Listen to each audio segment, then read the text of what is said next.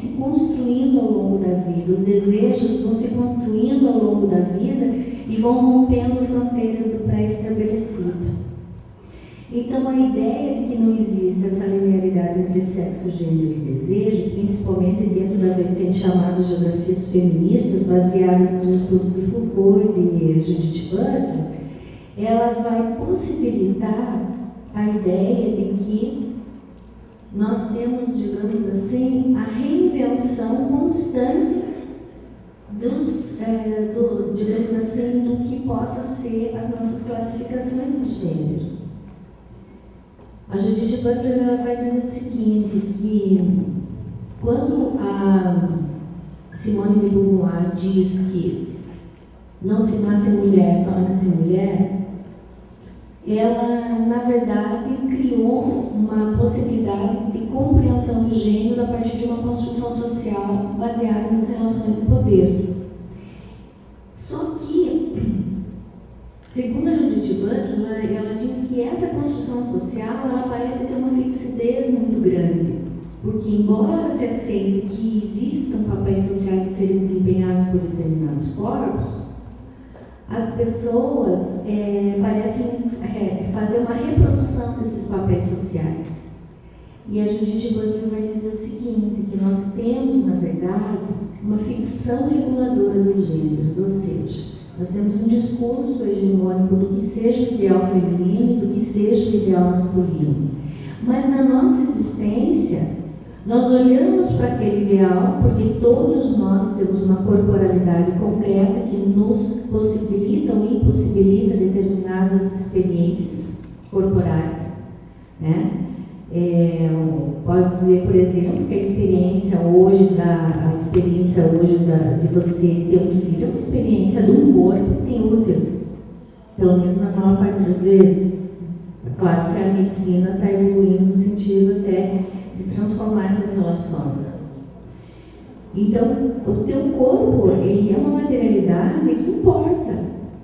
Ela importa porque ela classifica você. Ela importa porque ela te dá elementos sociais que balizam o teu comportamento no teu cotidiano.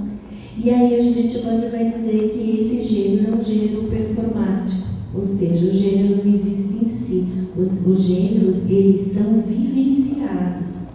Mas é na vivência, é ao viver, o exercitar os meus papéis de gênero, é que eu também os destruo, eu também os desconstruo e os refaço de uma forma diferente daquela que eu captei.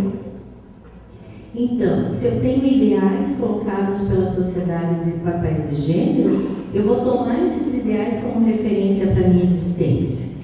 Mas ao exercitar esses papéis na minha vivência cotidiana, eu também transformo esses mesmos papéis. Porque ele nunca vai ser, o exercício nunca vai ser, a experiência nunca vai ser exatamente a reprodução da idealidade. Ela vai ser sempre uma tentativa de reprodução, mas nessa tentativa ela é ao mesmo tempo transformação. Bom, a partir disso, a ideia então das desconstruções dos papéis de gênero, né, é que vão emergir alguns ramos das geografias feministas que vão estar baseados nas geografias feministas pós-estruturalistas e geografias queer. Essas formas de se pensar, então, possibilitou trazer para o campo da normalidade e colocar determinados grupos que não estão adequados à norma sexo, gênero e desejo numa linearidade para o campo da discussão e uma luta política dentro da própria construção do discurso científico de que eles têm direitos sociais, de que essas pessoas que não são eles que estão errados, simplesmente eles vivem nessa pluralidade que é perfeitamente humano, que essa humanidade é plural e, portanto, a possibilidade de trazer para o campo científico essa discussão, que também é uma luta, digamos assim, política. Então, começamos a falar sobre as portas que se fecham durante o dia. Pode passar.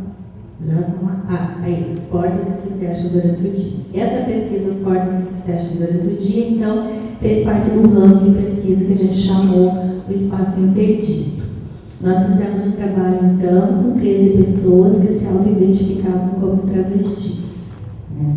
E essas pessoas que se auto-identificavam como travestis fizeram um trabalho conosco de entrevistas em profundidade. Nós fizemos uma sistematização do discurso dessas pessoas a partir de técnicas de análise de discurso. Então, nós trabalhamos com categorias discursivas e tivemos uma tendência de respostas, né?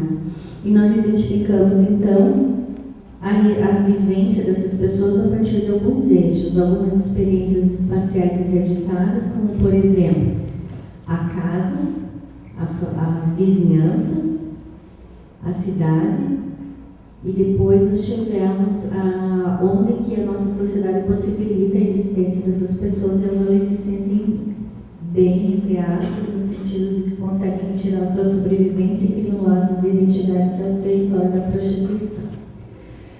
Bom, o que é para nós o ser travesti? São pessoas que se identificam com a imagem e estilo feminino, que desejam e se apropriam de indumentárias e adereços da sua estética. Realizam com frequência a transformação dos seus corpos através da ingestão de hormônios ou aplicação de silicone industrial, assim como pelas cirurgias de correção estética e de próteses, o que lhes permitem se situar dentro de uma condição agradável de bem-estar biopsicossocial. Então, no nosso pensamento raso e classificatório do mundo, que tem apenas dois gêneros, né, feminino e masculino, que apresentam duas corporalidades, as travestis se apresentam como seres altamente complexos, porque, por exemplo, nos discursos delas, você vai observar que existem momentos onde elas vão se classificar como gays, e o gay sempre expressa na forma feminina. Por exemplo, quando ela vai falar da idade, porque nós trabalhamos com história de vida delas, quando ela vai falar da idade dos 12, 13 anos, ela diz assim: não, mas nessa época eu era uma gay. Eu era uma gay nessa época. E só depois que ela começa a fazer as transformações corporais e que ela aparece, digamos assim, tem uma aparência feminina, é que ela se auto-identifica e aceita pelo grupo, então, a classificação travesti. Então, veja, ela diz, quando elas estão fazendo o discurso, elas saem da classificação. Quando eu era criança, então, menino, depois eu era uma gay aos 12 anos, e depois, aos 16, eu virei travesti. Então, vocês vejam a fluidez da construção identitária dessas pessoas ao longo da vida e de autoidentificação. Por quê? Porque a nossa sociedade, ela possibilita para as travestis também aquela representação do certo e errado. Então, quando elas se dão conta de que o mundo tem apenas dois gêneros e que elas não cabem nesse mundo assim classificado, elas se veem muitas vezes como aberrações, né? A gente tem entrevistas e elas muitas vezes dizem assim, se sentem aberrações, né? Porque elas começam a ter problemas de uma série de interdições. Uma das interdições das vivências espaciais, então, para relatar para vocês, nós fizemos um trabalho de levantamento entre travestis dos espaços de fobia social. E, para minha surpresa, eu sou sempre surpreendida, né? Mas, para minha surpresa, nós fizemos uma categorização. Tinha escolas, igrejas, hospitais, instituições de segurança pública, delegacias de polícia, penitenciárias. E, na minha ideia, imaginava que as travestis iriam colocar o espaço de maior fobia, né, quando nós fomos sistematizar os dados, que seria as penitenciárias, né? As penitenciárias, justamente porque as penitenciárias são divididas pela corporalidade entre masculino e feminino. As travestis, em geral, são colocadas na ala masculina, porque elas são colocadas a partir do corpo biológico, né? E para minha surpresa, 100% das nossas respostas colocou em primeiro lugar. Não estou falando de 90%, não estou falando de 80%, eu estou falando de 100%. Em primeiro lugar esteve a escola. A escola é o espaço de maior sofrimento e fobia desse grupo social. Não estou falando de outro percentual, gente. Para mim foi chocante na medida em que a escola deveria ser um espaço do acolhimento, da diferença e da diversidade, um espaço do maior sofrimento das travestis. Depois, em segundo lugar, eu imaginei que poderia ser a igreja, justamente pela questão do discurso religioso e tal. Em segundo lugar, espaço de sofrimento para elas estão as instituições de saúde. Então, vocês acreditam que a penitenciária é o lugar que elas mais se sentem bem? Não pode uma coisa dessa. Acreditem por quê? Quando você tem um espaço dividido entre homens e mulheres, que é o caso das penitenciárias, e nas penitenciárias elas vão para a ala masculina, lá na ala masculina elas são tratadas como mulher. Por quê? Porque lá nessa ala, o universo carcerário, ele tem códigos de masculinidade que são muito diferentes da nossa sociedade. Você ter uma travesti dentro do cárcere significa você ser mais homem do que os outros homens. O universo carcerário tem códigos que são muito diferentes da sociedade como um todo. Então, muitas vezes elas conseguem ser esposa, porque aí elas vendem um passe antes de entrar na penitenciária, o carcereiro faz o leilão, geralmente o homem mais poderoso da prisão compra o passe dela, senão ela sofre estupros constantes. Então é melhor ela vender o passe antes de entrar. E aí, como ela vende o passe antes de entrar, ela é protegida lá dentro por uma pessoa e ela faz o papel de esposa. E ela se realiza no papel de esposa dentro da penitenciária. Ela lava a roupa do preso, ela arruma uma cela, ela vai fazer uma série de papéis femininos, né? Só que quando eles saem, muitas vezes esse romance acaba. Mas essa não é a profundidade do que eu queria colocar. Mas a escola é o espaço de extremo sofrimento para elas, né? E aí, dentro dos espaços de interdição que nós conseguimos, então, trabalhar, depois nós trabalhamos aprofundadamente cada uma dessas espacialidades interditas, né? E aí, as experiências ao longo da vida foram classificadas, então, a partir, digamos assim, de contextos espaciais de vivência. Um dos contextos espaciais de vivência, agora eu vou começar a usar a fala das travestis, é a casa. A casa se apresenta para elas, né, com uma espacialidade de muita angústia pelo momento de se perceber diferente dos outros da família e as tentativas de correção que a família passa a tentar fazer a partir das classificações de gênero, que são as classificações tradicionais de gênero para o masculino e feminino. Então, eu trago para vocês uma frase, um trecho de entrevista, né, que é da Irene. Todos os trechos de entrevista são com personagens que eu coloquei nomes fictícios para proteger a própria fonte. Essa é uma fala paradigmática que se repete. O sentimento da violência e da exclusão a partir da casa é um sentimento comum nas falas delas. É digamos assim, um eixo discursivo, né? Eu vou trazer o depoimento da Irene. Ele chegou bêbado em casa e falou assim para mim, que se eu era então uma travesti, que se eu era uma bicha, então, ele não me aceitava nem um pouco e não queria viado na família. E daí, ele falou que se eu gostava disso, então, tá minha rola para você chupar, tirando o pênis para fora. Daí eu disse para o meu pai, não pai, para com isso que eu não quero. Então, você vai ver, ele disse, eu vou levar você para ganhar dinheiro com os meus amigos na rua. Daí eu falei, não pai, imagina. Eu só tinha 11 anos de idade, eu era uma criança. E aí ele pegou uma mochilinha que eu tinha na escola, bem pequenininha, colocou uma calça jeans, colocou uma camiseta e uma jaqueta daquela jeans também. E falou assim para mim: podem ir embora. Daí eu falei que eu ia levar mais roupas, mas ele falou que não ia levar roupa nenhuma. E se eu quisesse roupa, eu comprasse. Isso aconteceu de madrugada. Ele estava bêbado. Disse: podem ir embora. Daí eu comecei a sair de casa chorando. Eu só tinha 11 anos. Daí eu comecei a olhar para trás. Daí ele falou assim: não olhe para trás que eu te arrebento na porrada. E daí eu fiquei largada na rua.